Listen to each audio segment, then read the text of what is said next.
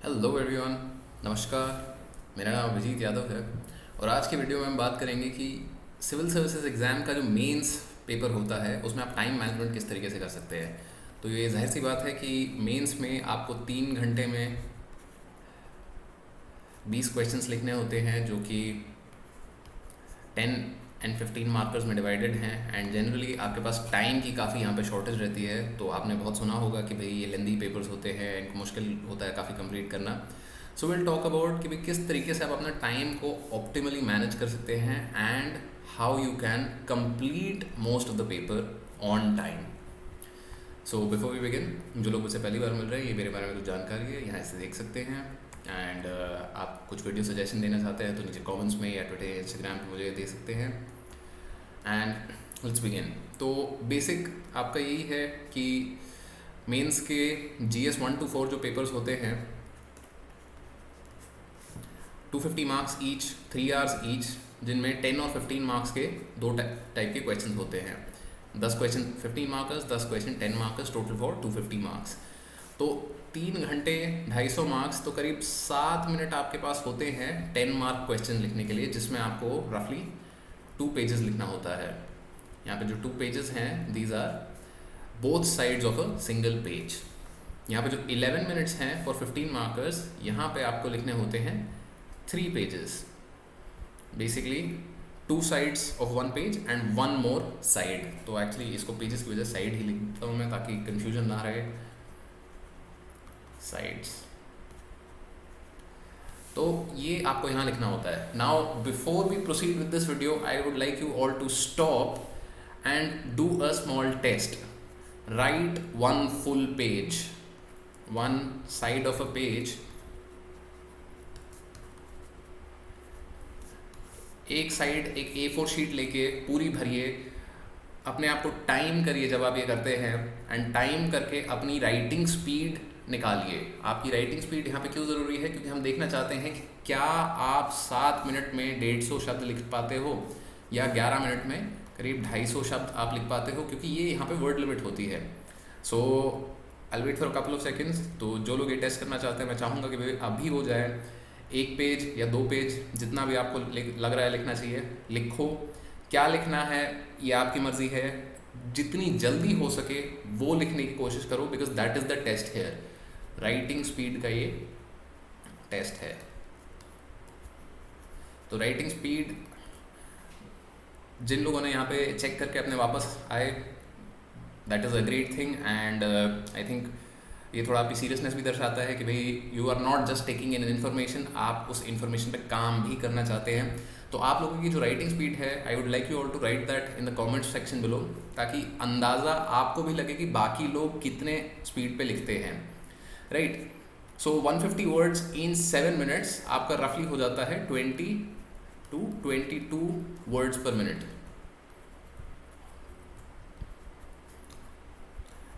अगर आपकी स्पीड इससे थोड़ी कम है तो आपको प्रैक्टिस करनी पड़ेगी। अगर आपकी स्पीड इससे थोड़ी ज़्यादा है तो मतलब आपको टाइम की बहुत ज़्यादा कोई दिक्कत नहीं रहेगी। Still let's continue. सीक्रेट यहाँ पे ये है कि अभी जैसे आपने जो प्रैक्टिस क्वेश्चन किया, उसमें आपको जो मन आया आपने लिखा। राइट। सो आपका टाइम का कंस्ट्रेंट सिर्फ और सिर्फ आपकी स्पीड पे डिपेंडेंट था, कंटेंट पे डिपेंडेंट नहीं था। बट मेंस में क्या होता है कि आपके पास हर क्वेश्चन का सारा कंटेंट नहीं होगा।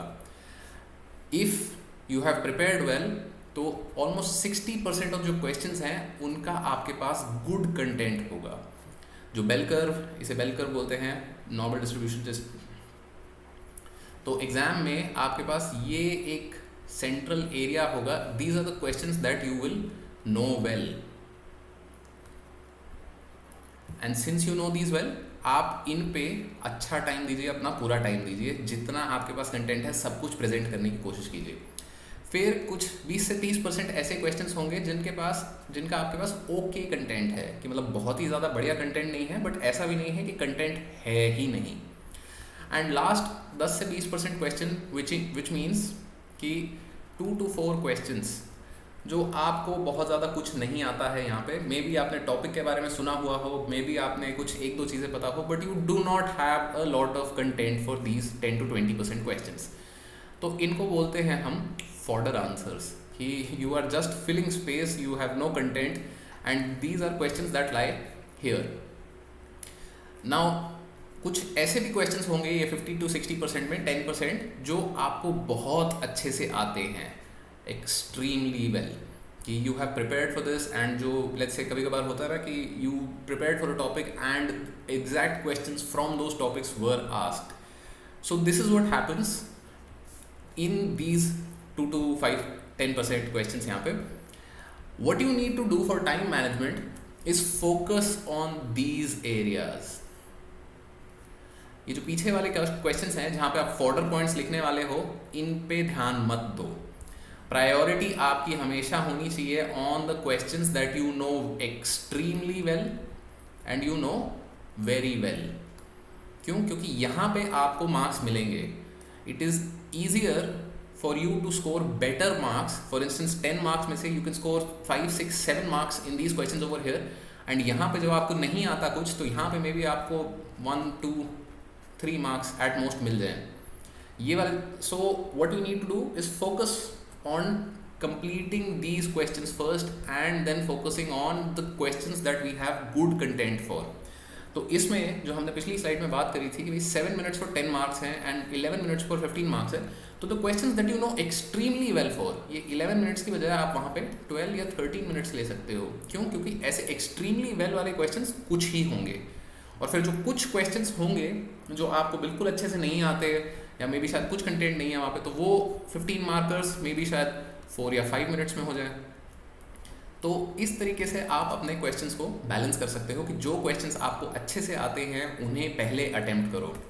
विच brings us to the next point that you need to learn to prioritise. Question paper में क्वेश्चंस 1 to 20 दिए हुए हैं, इसका मतलब ये नहीं that you have to do them 1 to 20.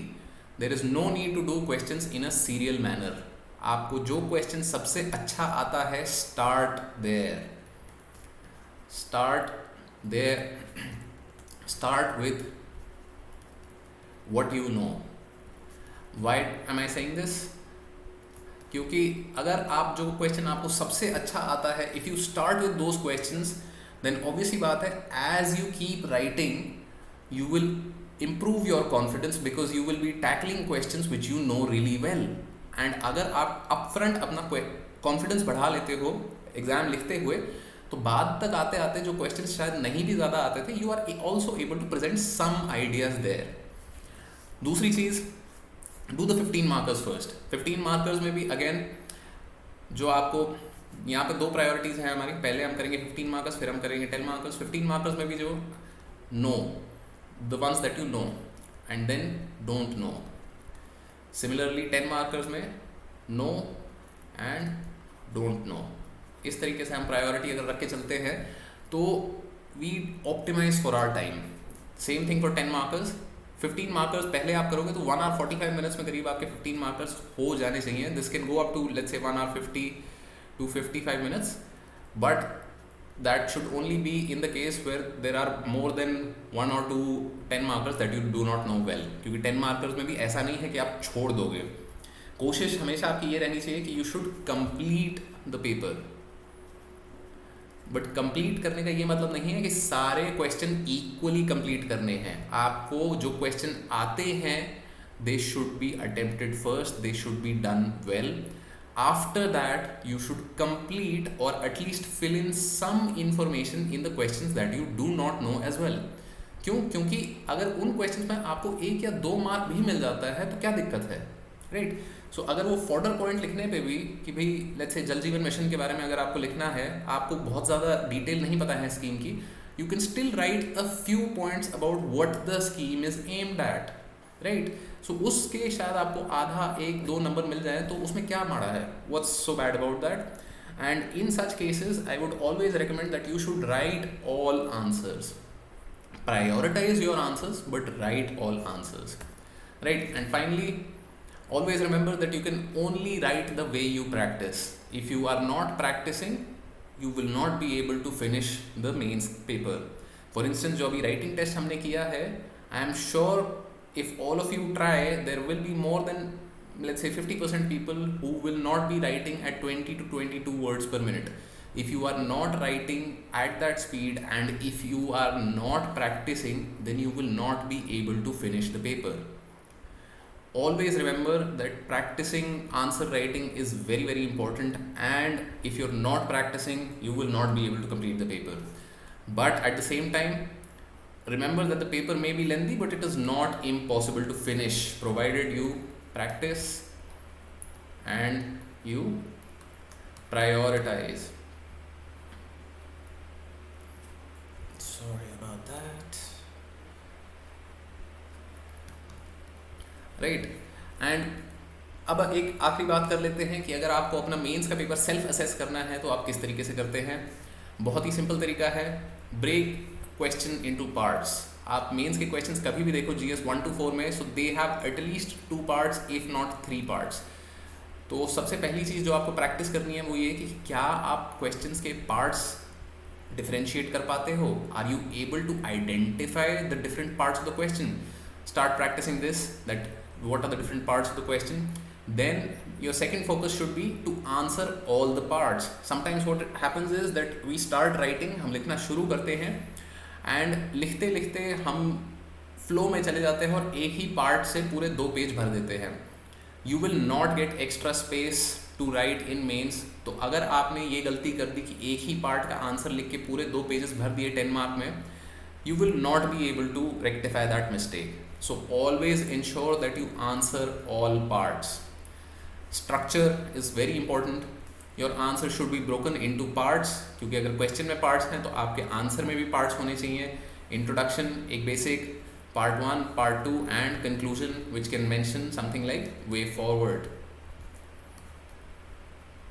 Way forward या currently what are the schemes running here in this area, जो जिसके बारे में क्वेश्चन पूछा गया है.